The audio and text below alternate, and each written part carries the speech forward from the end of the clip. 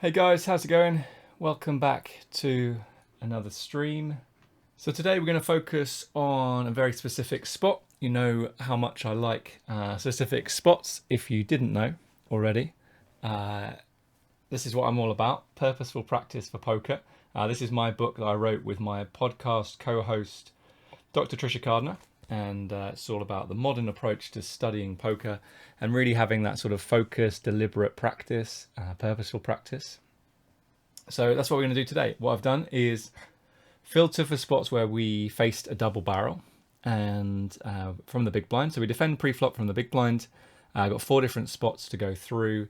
And then, we face a c-bet and then we have to decide what to do on the turn.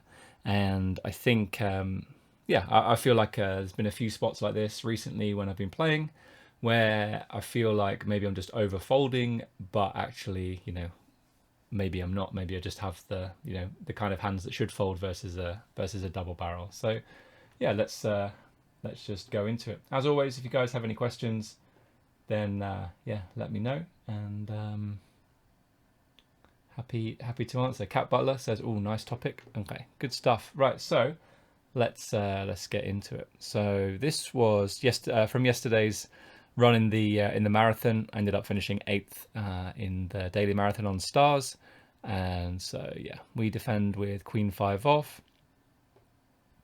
Pretty standard so far. Check and face just bigger than half pot. Oh no, just under half pot actually. I think 2.65 would be half pot. So I think we have to call.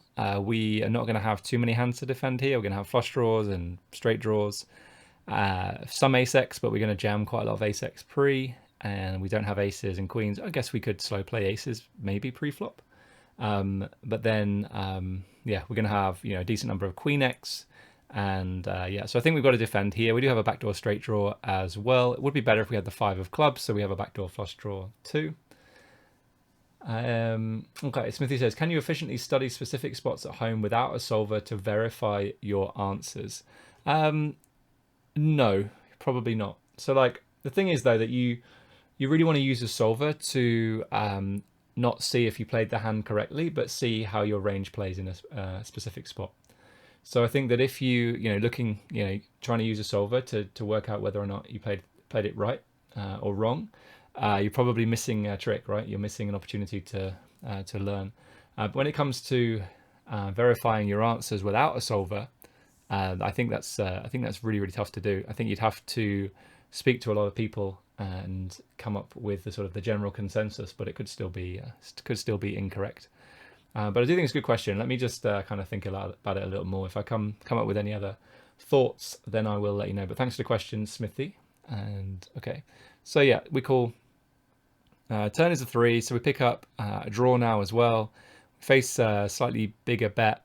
This is kind of a weird size, I think, because he's betting like 60% pot on the turn, and when we call, then there's going to be like 23-ish in the middle.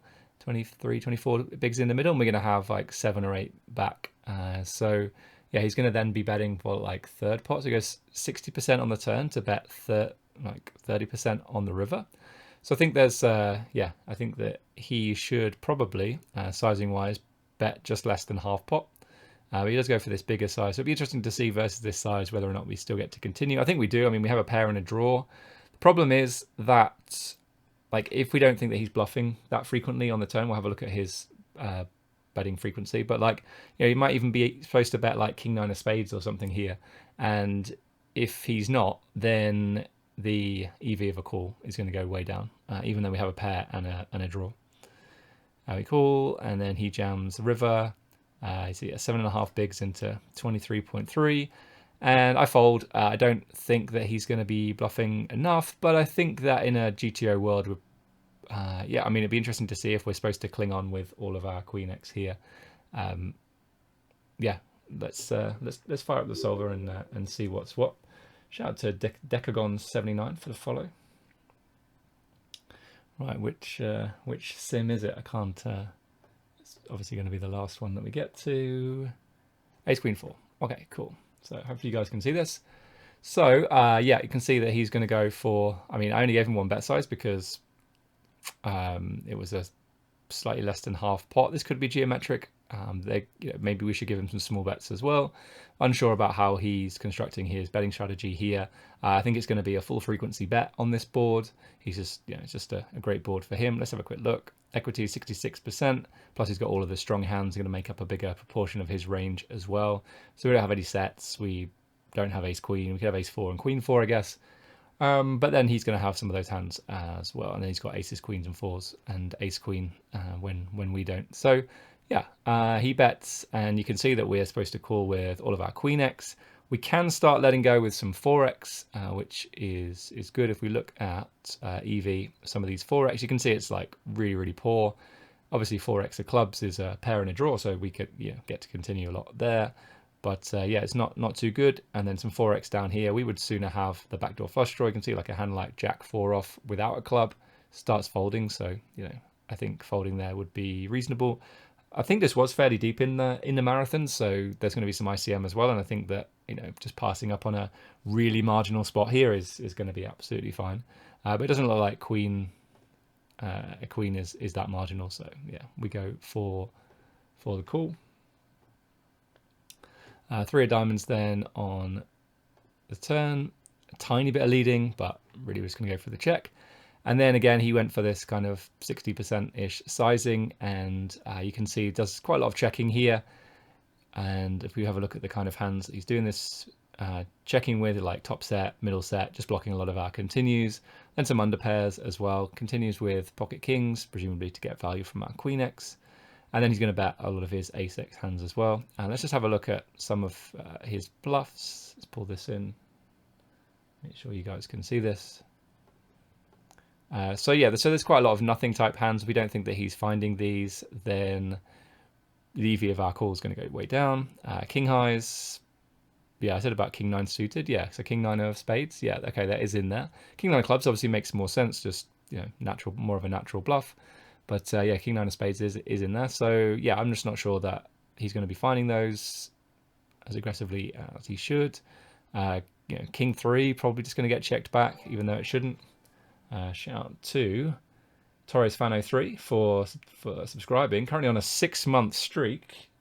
Excellent stuff. Shout out to you. Study time. Let's go. Absolutely. So yeah, probably not finding the bluff with the 3x, or well, the bet with the 3x. And then there's a big portion of his range, like third pairs, that are just going to check back now. You can see quite a lot of second pair getting bet here. So I think that's pretty interesting. And as we said, kings getting bet as well. So yeah, versus this bet, let's have a look. This is what we're here for, to find out what we're supposed to do versus the double barrel. And you can see that some queen X does start to fold now. We're never folding an ace, obviously. Way too strong a hands, probably the best hand we could have now. I mean, we can have 5 deuce, I suppose. 5 deuce off, 5 deuce suited, and some 2 pair.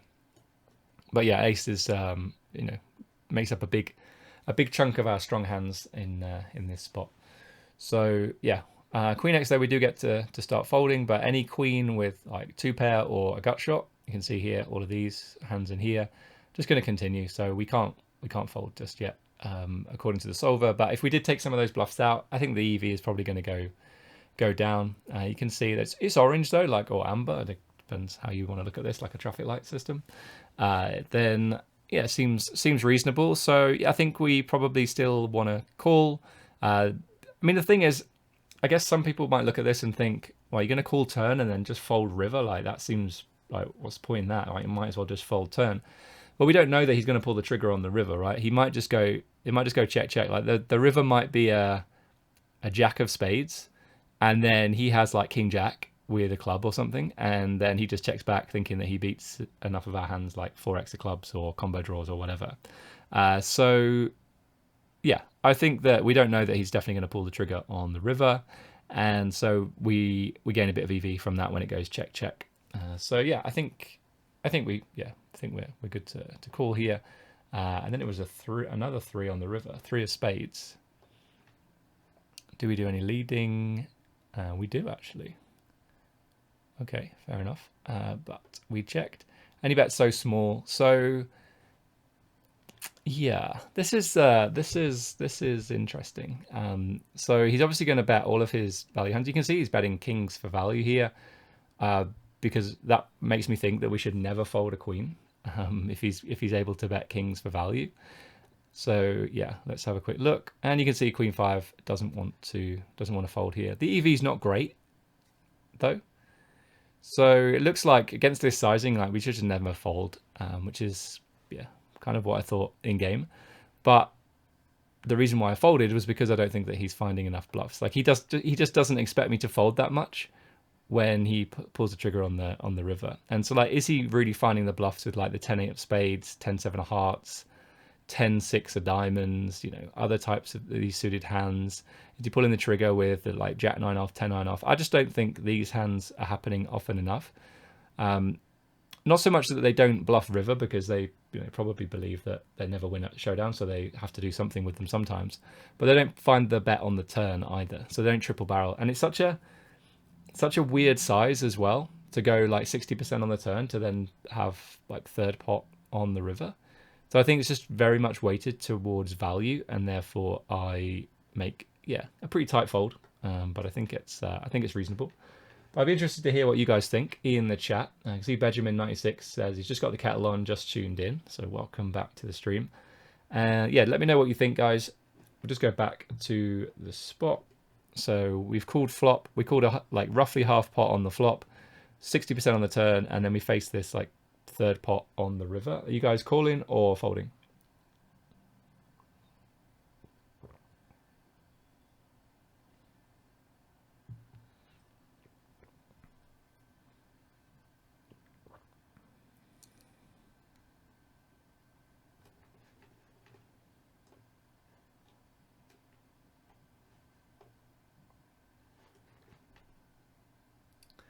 Okay, so you're going for the fold as well. Okay, cool. Even though the solver says that we can call.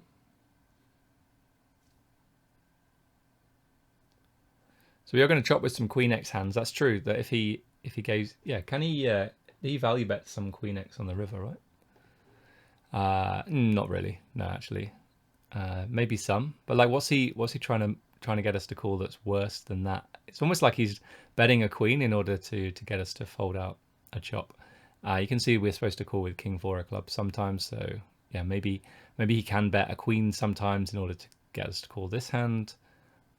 Seems a bit thin though. So yeah,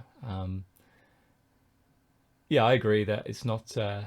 He's probably just not bluffing enough for that sizing anyway. Can we check raise jam? We have quite a few threes in our continue range on the turn. Let's have a quick look.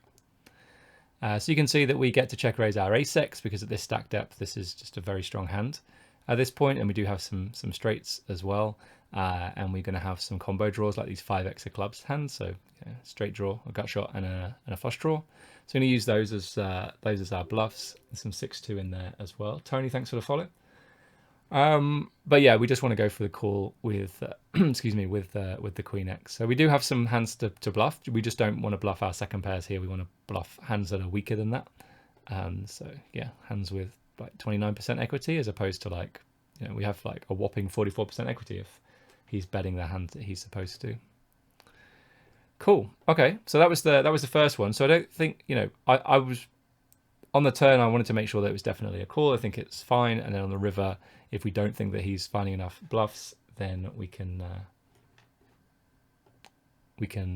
fold river. But it's yeah, I do think that we probably, you know, very easy to play against if we only ever call with like a, I guess we can have a 3 here, we can have 5 deuce, we can have an ace. But yeah, versus the triple barrel, I think it's especially here where he just probably never expects me to fold ever. For this, you know, the last 7.5 bigs, that I think it's just going to be more weighted towards value. Torres fan said, I guess he has a fair amount of 3x as well. Yeah, I'm not sure that he king 3 suited, queen 3 suited, ace 3 off, ace 3 suited, pocket threes. Yeah, he has some 3x, but I'm not sure that he bets those on the turn. He's supposed to bet like the king 3 suited, as we saw, but I'm not sure that he would. He probably just checks, and so he doesn't necessarily have this. Doesn't have king 3 for this line. It brings about an interesting sort of concept. Thought just to try and work out, you know, does he definitely have a 3 for this line? Does he double barrel a 3? I mean, you know, obviously if he lands on the river, he's going to be able to value bet it, but I'm not sure that he does find that on the turn. And I just made a video about this for YouTube. It came out last week, and I definitely recommend checking it out to yeah, just to sort of get you to think more in terms of ranges and you know, thinking about the kind of hands you could possibly have, and not just landing on this river and thinking, okay, well, we could have this hand, this hand, this hand, and this hand. You got to, like, you know, connect all the dots to make sure, and that goes for both players as well. Right, next spot then, exactly the same spot. We face a button open, and we defend the 7-5 off, and we face a half pot bet once again, and we call, check, 3 of diamonds on the river, and he goes for this half pot sizing, and I was slightly confused here because the 3 is a blank, right? It's he should now be betting a pretty polarized range of value hands, which could be as weak as maybe some 9x here, like ace 9, or like jacks and 10s, I think, potentially. Definitely a queen and better. But then he, or they could, you know, check back top set, for example. So yeah, I think that he should be going for a bigger sizing here. The SPR is like 2. So 60-ish%, I want to say 60 to 65% would be the geometric sizing here. And yeah, he goes for the half pot sizing. So slightly confusing in this spot. And yeah, versus this sizing, I just chose to fold. We're going to have some queen X, although we check raise a decent number of those on the flop. We're going to have 9x that we want to continue. So this is going to be a really good hand to see. Firstly is like, what 5x do we continue? We have to continue 5x of diamonds. We're going to have hands like 7-6 of diamonds, 7-8 of diamonds, 8-6 of diamonds, jack 10, 10-8. You know, there's a lot of combo draws actually if you start to think about it, given that the queen and the 9 are connected and the 9 and the 5 are connected. So we're going to have a decent number of combo draws to continue. Might be able to continue with like jack 10 as well versus this size. I think any less than half pot we would always continue. Any bigger, if we went geometric, we'd have to start folding jack 10, I want to say. So yeah, we want to look at it in terms of our range. Obviously, we want to see what we're doing with this hand as well. I don't think it's a particularly nitty fold, but yeah, it's slightly confusing because he is taking a slightly weird line. Okay, so again, I just gave him one sizing because that's what he chose, and I'm not sure it's necessarily the right size for this stack depth.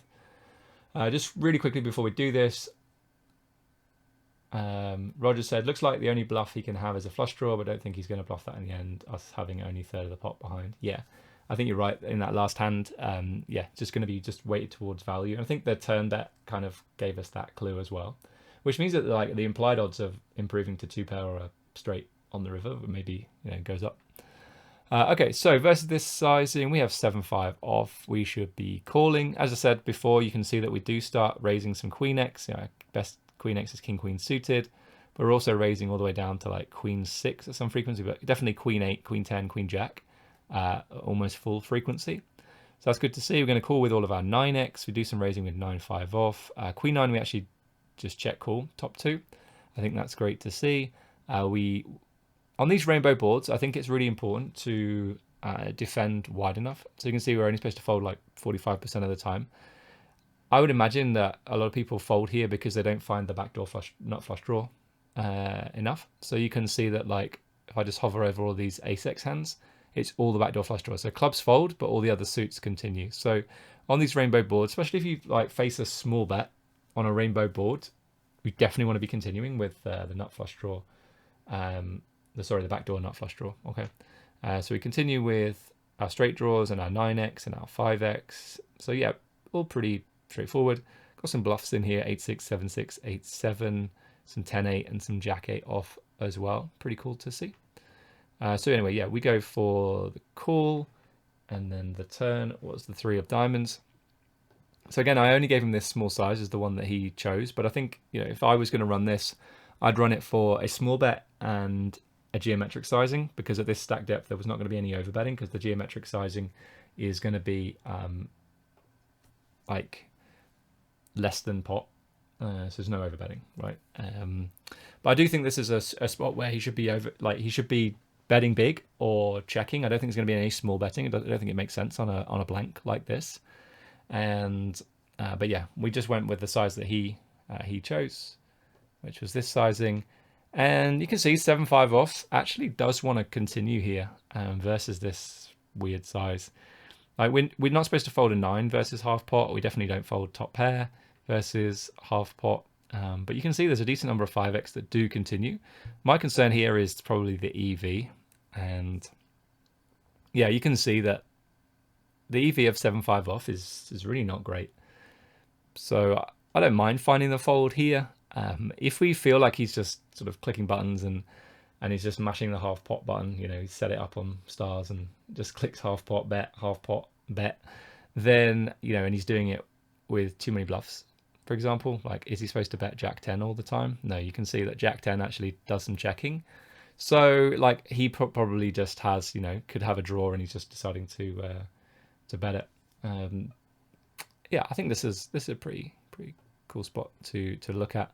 Good to see that we'd never get to fold a 9 versus half pot. Just got to continue. Like, you know, most of our range is 9x, to be honest. If we have a look at this, most of our range, we can see 80.4 combos is second pair. Quite a lot actually is third pair, a little bit more actually. So the majority is second and third pairs. So we start to fold third pairs, continue second pairs and better. As you can see up here, you can see like we're continuing with a lot of second pairs in this spot. Torres fan said, yeah, it's not massive win, those numbers. Yeah, they're not great. So I think finding a fold with the 7-5 off. Anytime it's red like this, it's, you know, it's as if he's trying to make us indifferent. So like, you know, calling and folding have the same EV or very similar. It's very marginal, and I think that in a soft tournament, you should probably just pass on these kind of spots, unless you have a pretty solid read that he's just mashing the half pot button with too many bluffs. A 5 is thin though to continue with not many rivers you like to see. Yeah, I think that's fair. Again, like, don't forget though that he might not bet river. Like, very, very, very common thing for weaker players is to c-bet the flop, especially for a half pot size. So c-bet the flop, and then on the turn they're like, well, he could just be continuing with a lot of hands, so we should probably c-bet the turn. And then on the river they're like, yeah, I'm not sure that I really want to find the triple barrel. So yeah, I think we could just go check on the river and we lose to 6s, something like that. But no, we could still win as well. So I don't mind going either way. I think it's not going to be too much of an issue with these sort of neutral EV or zero EV spots, like these marginal spots. It really doesn't matter what you do. You're not going to be making such a big mistake. So like we wouldn't want to, I wonder if we can find, there's not really anything that's like really, really bad, which is pretty interesting. But like we don't want to be making a minus EV call with like a6 of spades here, for example.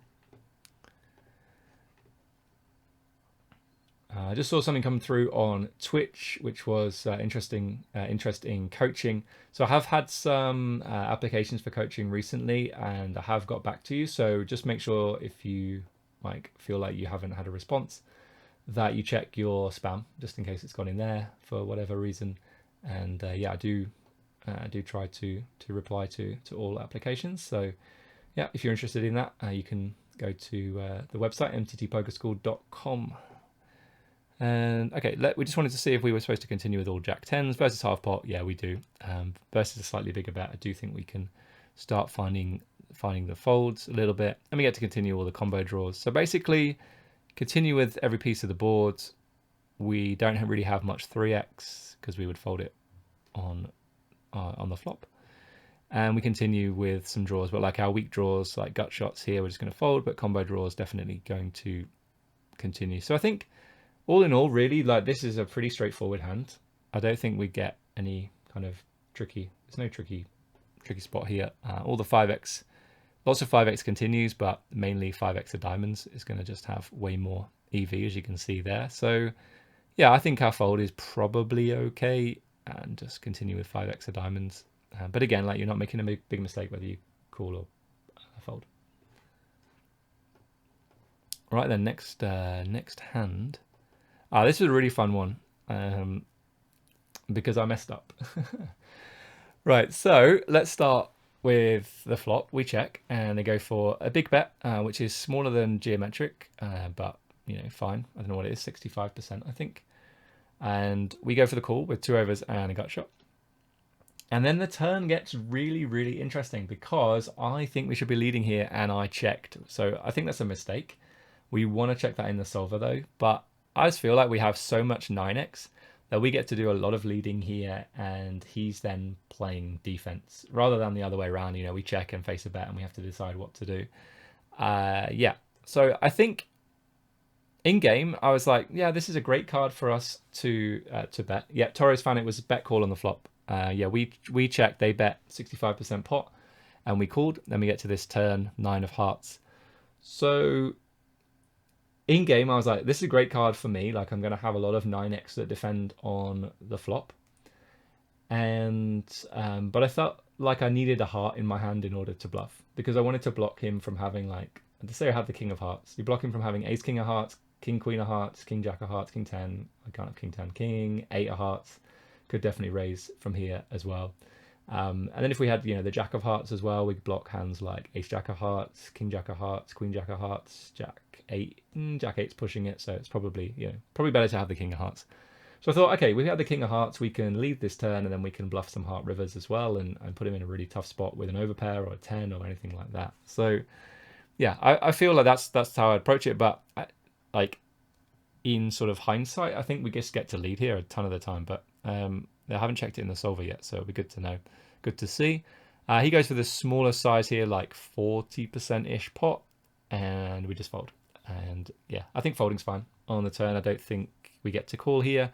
We're going to have some 10x, we're going to have some 9x, we're going to have, you know, a full house. We're going to have some draws that are better than this one. So yeah, I think we get to fold here. But let's find out. Okay, so I gave him 2 bet sizes this time, and you can see that it prefers the bigger bet size. With king jack off, we're doing a little bit of raising, but mainly just going for the call. What other stuff are we doing? So we're actually calling with all of our 2x and all of our 9x in this spot. So actually starting to think about, like, is the 9 definitely good for us because we continue all of our 9x on the flop? Like, do we actually fold like 9x of clubs because we don't have a backdoor flush draw? But you can see that we just continue with all of our 9x. If we have a look at EVs, you can see that clubs are definitely going to be worse because they don't have that backdoor flush draw. So you just turn less equity, and like, there are fewer cards on the turn that improve your equity. So, but yeah, we continue all of our 9x, and I think that's the key thing here. So like in game, I was like, do we continue definitely with 9x of clubs? And then when that 9 comes, you know, do we get to lead it at full frequency? We do some raising then with sets. And we call with middle set. We don't have top set for this stack size. We do some raising with king queen with a backdoor flush draw. Interesting, we do actually just start to fold with the ace-x with the backdoor flush draw now. And I just said in that last in the last hand, you know, if you're folding too much, you should probably try to find some of the backdoor nut flush draws. But here you can see his range is versus this sizing as well. It's just it's too. You haven't got enough equity to call. So he's raising from early position. He's betting big on the flop. You suddenly, you know, you've got to be sensitive to those things. Let's have a look here. 2-2 pure raise makes me feel turn bet has to be even better for in position. Okay, let's have a look. So what's the 9 of hearts? Are you ready for this, guys? I think there's going to be a wall or a sea of red. Whoa. Well, to be fair, like I didn't think, did I think there was going to be full frequency bet? Maybe a little bit. You can see it's like 6% check and then lots of betting. So let's, you know, this is something that I was aware of, but I didn't realize it was going to be that much. So I think that's pretty cool to see. You can see a 9, like, you know, really stands out. Yeah, you can see an ace is just really bad for us. But let's have a quick look at strategy, and yeah, this is really quite interesting because I don't think I would be finding the leads on these lower cards. I know that like the 7 completes the straight, 6 completes the straight, but like, and then I guess some of these, like 2 obviously pairs the board, and we got all of the 2x that we defend on the flop. But like, I do find like 3, 4, and 5 is just really interesting. Their equity is not even that great on those cards. You can see like a 2 and 6 through 9 stand out because it either pairs the board or we have some straights, right? And we have all the straights then that our opponent doesn't have. Like the yeah, but yeah, you can see the 9 is just the real standout card that we get to do a lot of leading. So look at this. Cat Butler says, which Jack 7 combo is raising? Is this on the flop? You can see all of them, but Jack 7 of clubs only can't call. It only goes for a raise or a fold. And again, like, you're not making too much of a mistake if you raise or fold that hand, but you would be if you called it, I imagine. Yeah, minus 0.4. Let's just check though. Minus 2.7 on a call. So yeah. Okay, so we missed it. We missed the lead. You don't just need to have a heart in your hand. If you do have a heart, you do actually get to use the bigger sizing a lot more frequently. But if we did go small, we can get some better hands to fold straight away. Ace King, not loving it. Population never plays like this. They never raise like Ace King off with a heart. Just get a little bit freaked out.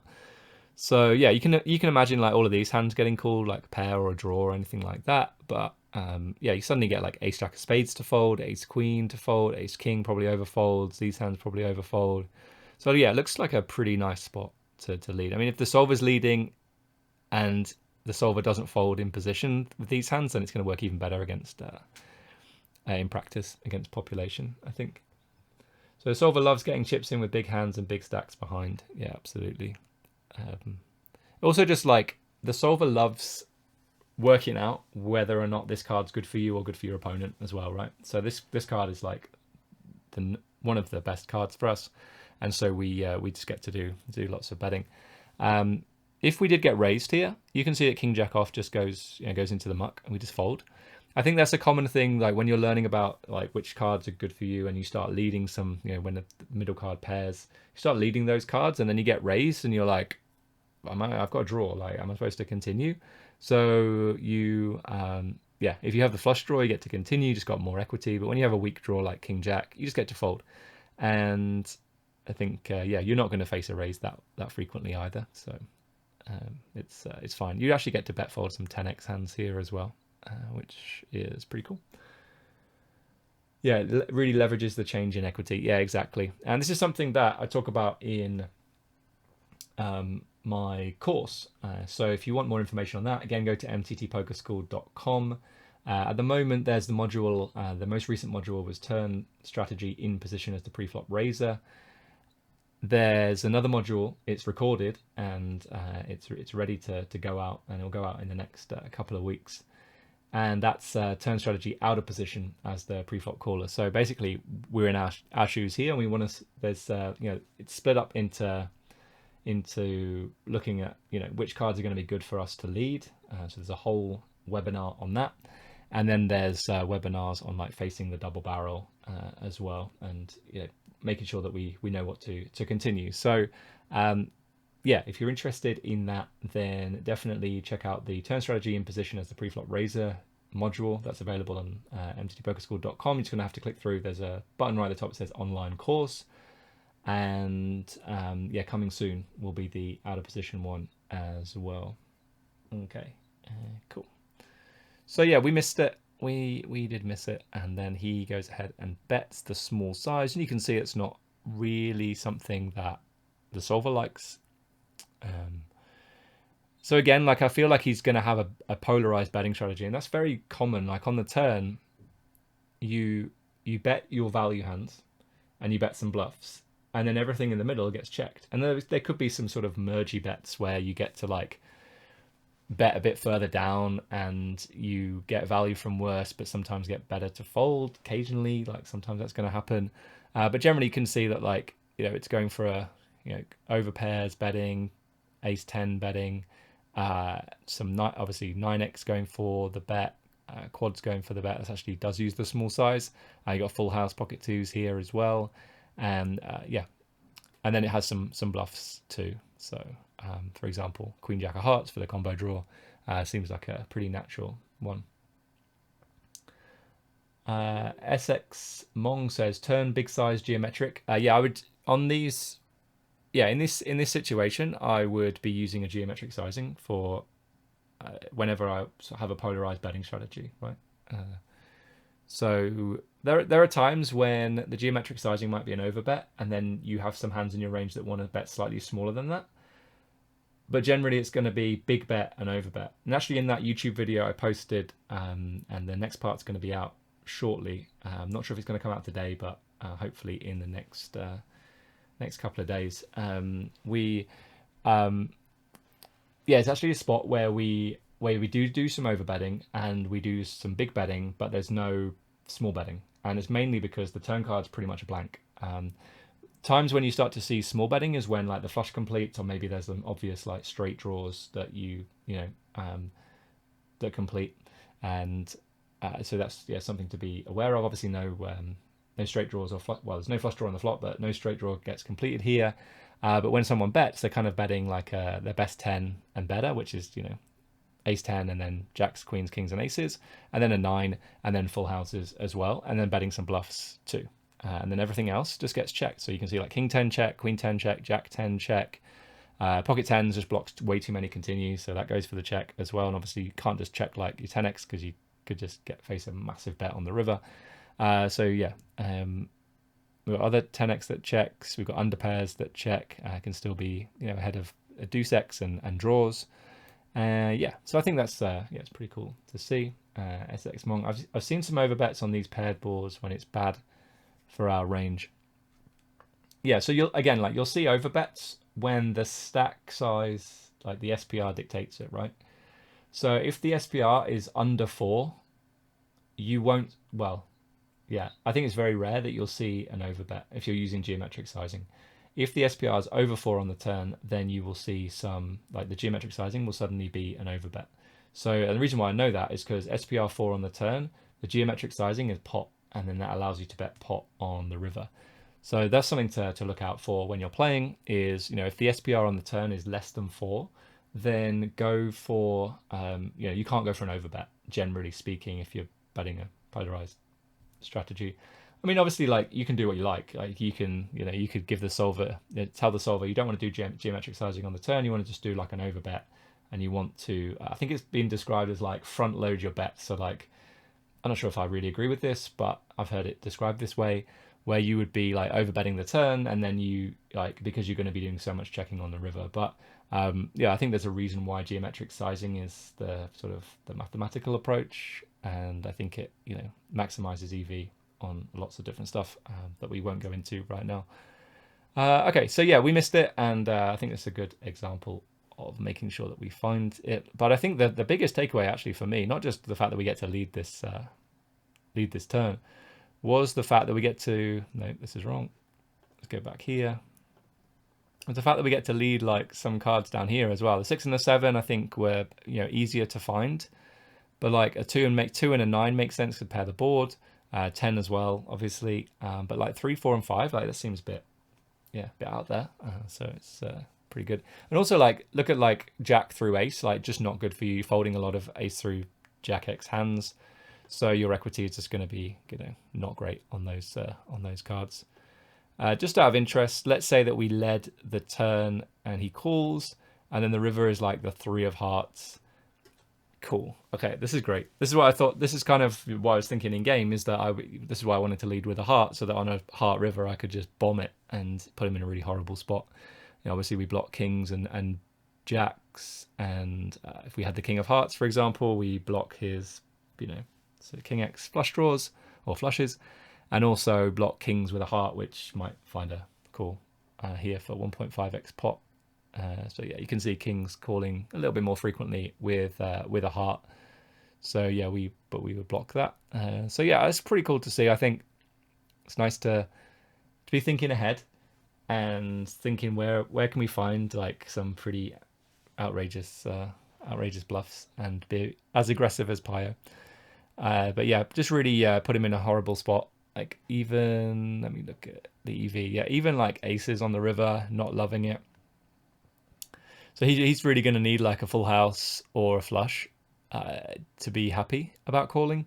A lot of, we make all of his bluff catchers indifferent now, which is exactly what we want to do. So I think that's great, and something that we can try and work in. But if we, just hover over here again, we did lead with our combo where we didn't have the heart. Well, we actually didn't have the heart to lead the turn, but that's another story. We didn't have a heart in our hands, then we would just give up. And I think that is a good lesson as well, like in and of itself. In that, like, just because you find the turn lead, like you can't just like blast off on like, oh well, this card's better for me because I'm going to lead all of my flush draws on the turn.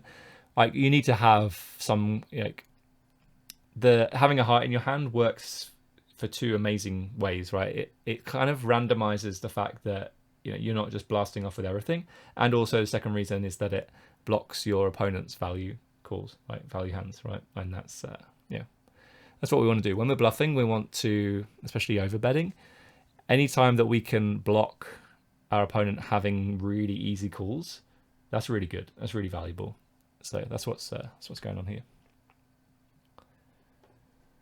Right then, let's go to the final hand.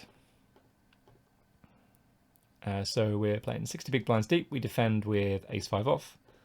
Flop is 9-5-3, so fairly similar. What was it before? 10-9 deuce.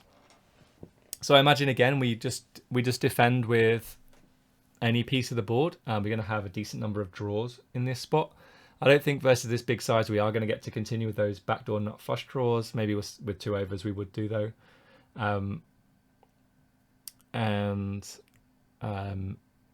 Yeah, so I think we get to continue. Before we do that, one of you just said, can you check your turn fold on the last hand?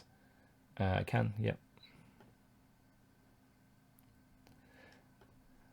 Check, bet, call, 9 of hearts. So we are going to end up going down the line that's not really travelled. So bet small, king jack off looks like it's mainly folding by the looks of things. Let's have a look at the EV on king jack off. Yeah, I mean, yeah, I'm happy with the fold. I mean, it's kind of weird because he shouldn't be taking this small sizing, but again, like he can do what he likes. I often used to say like, oh, it's not a thing. Like it's not something that he should do here. He should have a polarized betting strategy and therefore use a bigger sizing. But I mean, he can do what he likes. So that's what he chose, and that's great for us normally because we get to continue wider, which is fantastic. And he's just not putting enough of our hands in a spot. So yeah, we get to fold there. Okay, yeah, so we call with any piece of the board, I think. Be interesting again to see, like, a hand like 4-3 of clubs. Does it always just, like, the EV is not going to be as great as, like, 4-3 of hearts. But I imagine we still call. The Queen of Spades on the river. And he actually just sizes up here now, which I think is great to see. Just puts so many of our hands in a really tough spot. Having the Ace of Spades for us here is not good. Like, we just completely block all of his natural bluffs, ace x of spade hands. But like he can also bluff like ace jack off with the ace of spades because he knows that we can't have the ace of spades then, or ace x of spade hands to continue, like ace 5 of spades, ace 4 of spades, ace 2 of spades, ace 3 of spades, hands like that. So yeah, let's check that. But I'm fairly confident that having the ace of spades is not a good card for us in this spot. So I think, we should probably just fold here. Maybe we get to continue with ace-5 off without the ace of spades, but even so, like the EV is going to be pretty poor. So yeah, let's have a look at the hand and see what we're supposed to do. And somehow I've managed to close Pio and 9-5-3. Okay, let's make this a bit bigger. Okay, that's as far as it's going to go. So you can see like he does go for the big bet on this board, low board. It's not, I wouldn't class this as low connected in the sense that we can have low connected and low unconnected. So like 9-3 deuce is definitely low unconnected. 9-6-7, 9-6-5, definitely low connected. That's how I would class it. But to be fair, like the 9 and the 5 are connected and the 5 and the 3 are connected. So there's so many gut shots and 8 out straight draws that we could potentially have here. So that's why I think that a big bet is used quite frequently, and we don't get to fold much of the board. So as you can see, like 3x continues, 5x continues, 9x continues. We don't do a lot of raising versus the big size. We do a little bit, but the obvious hands like 2 pair, sets, and yeah, a little bit of top pair, top kicker, some over pairs that we could possibly have. Looks pretty good, and then some bluffs. So yeah, we fold the backdoor nut flush draw again versus the big sizing versus the stronger range from earlier position. Plus that, you know, it's the big bet. We do still get to continue with, as I said before, I think 2 overs and a backdoor flush draw. We don't want to be folding those, but clubs just wants to start folding. Yeah, so I think this again, like this looks pretty good. Ace 5 off is going to be a call, and then the queen of spades. We don't do any leading. Just to have a look at this, I think it's really important to sort of reiterate the ideas of turn leads, because we touched on them before. So you can see like a 9 and under is like really good for us, and then 10 and over is really good for our opponent. So if we click on strategy, you can see that we do a lot more leading on the 9 and under, and not so much on the 10 and above. So yeah, I think that's really cool. Let's close that. So yeah, we don't do any leading on the queen basically. And then you can see that I gave him this big bet size. I think that there's a chance that he could overbet in this spot. So if we go back to the hand and look at the SPR, actually, having said that, that is incorrect. So I said earlier on that once the SPR is 4, if it's under 4, there's not going to be any overbetting in terms of geometric sizing if that's what your opponent's going to choose. So the geometric sizing here is going to be less than pot. I think it's actually bigger than he chose. We can work it out. So like that's roughly 2/3 pot, I guess, ish. And so if we call, there's going to be 31, 32 in the middle, and we're going to have 40 whatever back. So he's then going to have to overbet river. Whereas if he goes much, much bigger, I wonder if I can show you this actually. Geometric sizing. Let's pull this in. It's a great little tool. So on a second. So the effective stack size is ours 55.6, and the pot size was before the bet 14.04.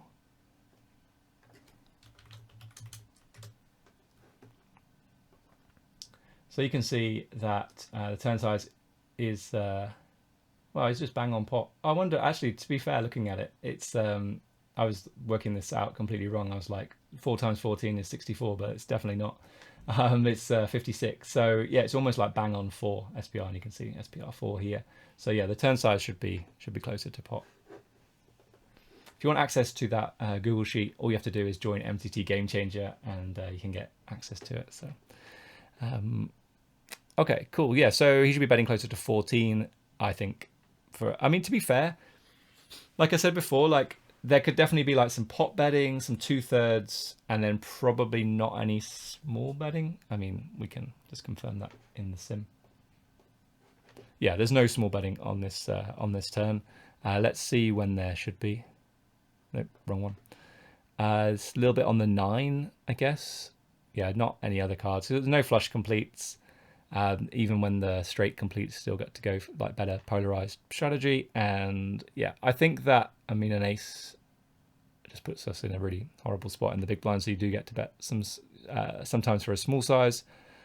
But yeah, so there potentially could be like some pot betting for the geometric sizing, and then some like 2/3, and then no small betting here. But yeah, just set up for this big size, which is whatever it is, 70% probably. And yeah, so they went for the bet, and yeah, we just have a fold with the ace 5 off. Looks like, yeah, it doesn't even, we could continue potentially with the 5 of spades. I mean, the EV is going to be bad, isn't it? Yeah, really, really bad. Well, neutral, so I mean, I would just fold. We're not playing against the best players in the world here, so we could, yeah, they're probably not finding enough enough turn bluffs, even though it's like a pretty good card for in position to bet. So yeah, I mean, you can see like 70% of their range wants to go ahead and bet on the turn. Let's have a quick look. Yeah, is a hand like King 6 of diamonds. I mean, might not even be there at full frequency. You can see that isn't. King 6 of diamonds, King 8 of clubs. Like, are they finding the bets on the turn? I think a lot of players struggle to find these sort of unnatural bluffs, and sort of especially club hands where they're completely unblocking my folds, which might be like hearts and diamonds. So like we called ace jack of hearts on the flop, right? Now, if he bets a king eight of clubs, he gets me to fold that hand, I think. Yeah, so you can see we only get to continue with the flush draw. So, you know, he doesn't want to block, like he doesn't want to. I suppose that's a bad example, but he doesn't want to block us from folding hands, right? When he bets, and you can see that the ace of spades gets used quite frequently. I think, yeah, that's what I said. I mean, ace king, ace jack, and ace 10 with the ace of spades, and with the 10 of spades as well, gets bet very, very frequently. But yeah, good to see. So yeah, what hands do we get to continue then? So we do get to continue with some 9x, but we're not really loving it. Like, you can see that it's kind of ready orange, ready amber, whatever, with these 9x hands.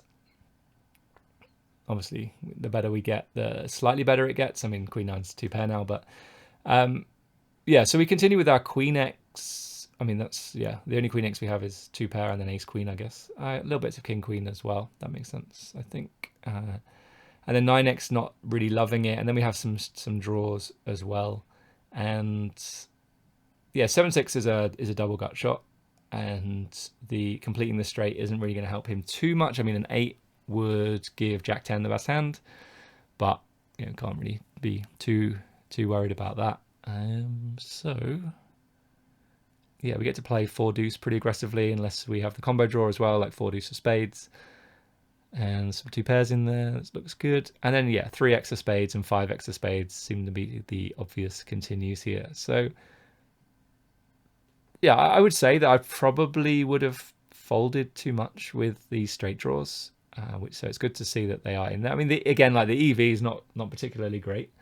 So if we feel like he's just going to be more weighted, I was going to say war mated, but more weighted towards value, then we could potentially fold these hands. Obviously, we just have 7 high, so it's not great, and we very rarely win at showdown. I guess occasionally, you know, he has a bluff and we improve on like a 7 or a 6 or something, but yeah, we have very little showdown value there. And I think everything else though kind of makes sense. So yeah, looks like a good hand. So yeah, we found the fold, and so that's going to wrap things up, guys, for this session. Hope you enjoyed it. I got a lot out of it. That's why I do these sessions. I want to learn, and I want to teach you guys as well, and we can, you know, learn together. So hopefully you guys enjoyed it. If you haven't done so already, hit the follow button on Twitch. If you haven't done so already, go over to YouTube and hit subscribe, and then the bell notification as well, so you get notified when this new video comes out. If you haven't watched the video that came out most recently, which was last Wednesday after last week's stream, then watch that, because it's really useful in terms of connecting the dots and thinking about how ranges interact and what kind of value hands you can actually have for a particular line, and not just kind of like getting to the river and thinking, okay, I've got all of these hands, because you actually don't. All right, so yeah, no problem. Benjamin says thank you for the quick sesh, appreciate that. Cat Butler said good study session as always. Thank you for being here. Thanks for joining us and taking part. And yeah, I'm going to try to have these on a Wednesday. Stick to Wednesday, 6 p.m. UK time, 60 minutes at 6, going through the going through different spots. And I think I really like this because it keeps us really, really focused. Make sure that we're focused on a specific spot, and similar sort of ideas, concepts, patterns come up, and we can we can learn quite a lot. So yeah, it's gonna wrap things up, guys. Thanks for being here. See you soon. Take care. Bye bye.